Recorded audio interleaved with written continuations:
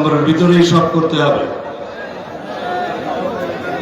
আমি সংস্কারের বিষয়ে এর বেশি বলবো না, শুধুমাত্র জরুরি সংস্কার যেগুলো নির্বাচন করার জন্য প্রয়োজন স্বল্পমেয়াদী সেগুলো নির্ধারিত করুন, জাতীয় ঐক্যমত সৃষ্টি করুন, সেই সংস্কার বাস্তবায়ন হবে, একই সাথে নির্বাচনের প্রস্তুতি হবে এবং নির্বাচন অতি দ্রুত হবে। সেই নির্বাচন অবশ্যই আমাদেরকে ডিসেম্বরের আগে যেটা আশ্বাস দিয়েছেন সেই মতেই হতে হবে। দ্রুত রোডম্যাপ প্রদান করুন। আর কেউ কেউ বলছে কোন কোন উদ্দেশ্যে অনুপাত অনুপাত অনুপাত নির্বাচন। যারা অনুপাত অনুপাত নির্বাচনের কথা বলছে সেই বন্ধুদের বাংলাদেশের রাজনীতির অনুপাত জ্ঞান নাই।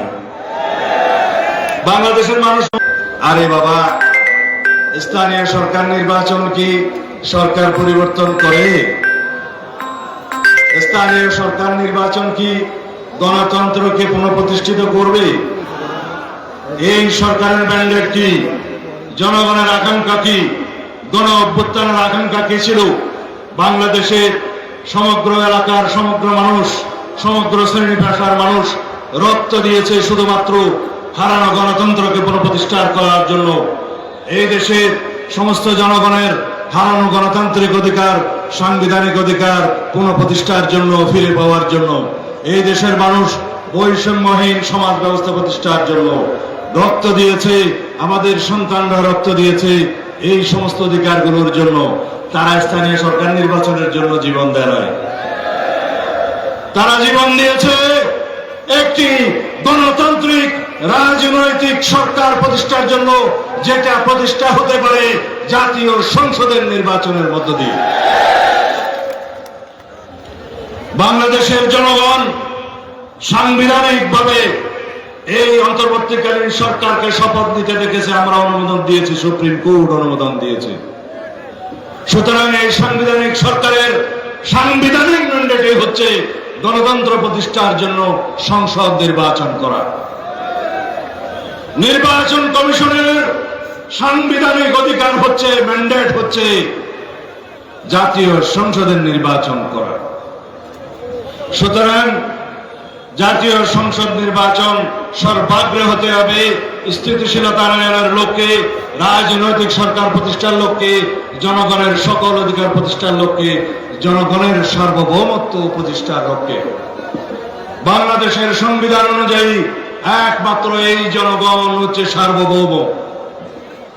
এই সার্বভৌম জনগণ তাদের সার্বভৌমত্বের বহিঃপ্রকাশ ঘটায় তাদের ভোটাধিকার প্রয়োগের মধ্য দিয়ে। সেই ভোটাধিকার প্রয়োগের মধ্য দিয়ে তারা জাতীয় সংসদে নির্বাচিত করেন তাদের প্রতিনিধি। তারা তাদের সার্বভৌমত্বের কথা বলে, সার্বভৌমত্বের প্রকাশ করে জাতীয় সংসদের সেই সার্বভৌম হাউসের মধ্যে। সেখানে নির্ধারিত হবে বাংলাদেশের আগামীর সংবিধান কিভাবে হবে। সেখানে নির্ধারিত হবে বাংলাদেশে সাংবিধানিকভাবে যাতে আর কোন এখন আরেকতন্ত্রের সৃষ্টি না হয়। সেখানে নির্ধারিত হবে বাংলাদেশে যেন কনস্টিটিউশনাল এখন আইন যেন আর কখনো সৃষ্টি না হয়। আমরা সেই সংসদে বসে অত্যন্ত ব্যালেন্স একটা ভারসাম্যপূর্ণ সরকার ব্যবস্থা, আইন ব্যবস্থা, বিচার ব্যবস্থা প্রতিষ্ঠার ব্যবস্থা করব সাংবিধানিক সংশোধনের মধ্য দিয়ে। গণতান্ত্রিক সাংবিধানিক সংস্কার হবে সেখানে, বাংলাদেশের রাষ্ট্রীয় কাঠামোর সংস্কার হবে সেখানে, গণতান্ত্রিক সংস্কারের মধ্য দিয়ে সমস্ত রাষ্ট্র কাঠামোর সংস্কার হবে, সাংবিধানিক সংস্কার হবে, গণতান্ত্রিক প্রতিষ্ঠান পুনঃপ্রতিষ্ঠা হবে, সাংবিধানিক অধিকার রক্ষা হবে, গণতান্ত্রিক অধিকার রক্ষা হবে। তাহলে এই বাংলাদেশের দৃঢ় ভবিষ্যৎ, গণতান্ত্রিক ভবিষ্যৎ রচিত হবে। বন্ধুগণ, এই আশাবাদ ব্যক্ত করে আপনারা আজকে গণতন্ত্রের পক্ষে এই মহাসমাবেশে যুক্ত হওয়ার জন্য ধন্যবাদ জানাই। কক্সবাজারবাসীর একটা প্রাণের দাবি, সবাই বলেছে, আমি শুধু উচ্চারণ করতে চাই, এই সরকারের কানে দিতে চাই, বাংলাদেশের একমাত্র কক্সবাজার জেলা এবং চট্টগ্রামের একটু অংশ, এখানে সমস্ত লবণ উৎপাদন হয়।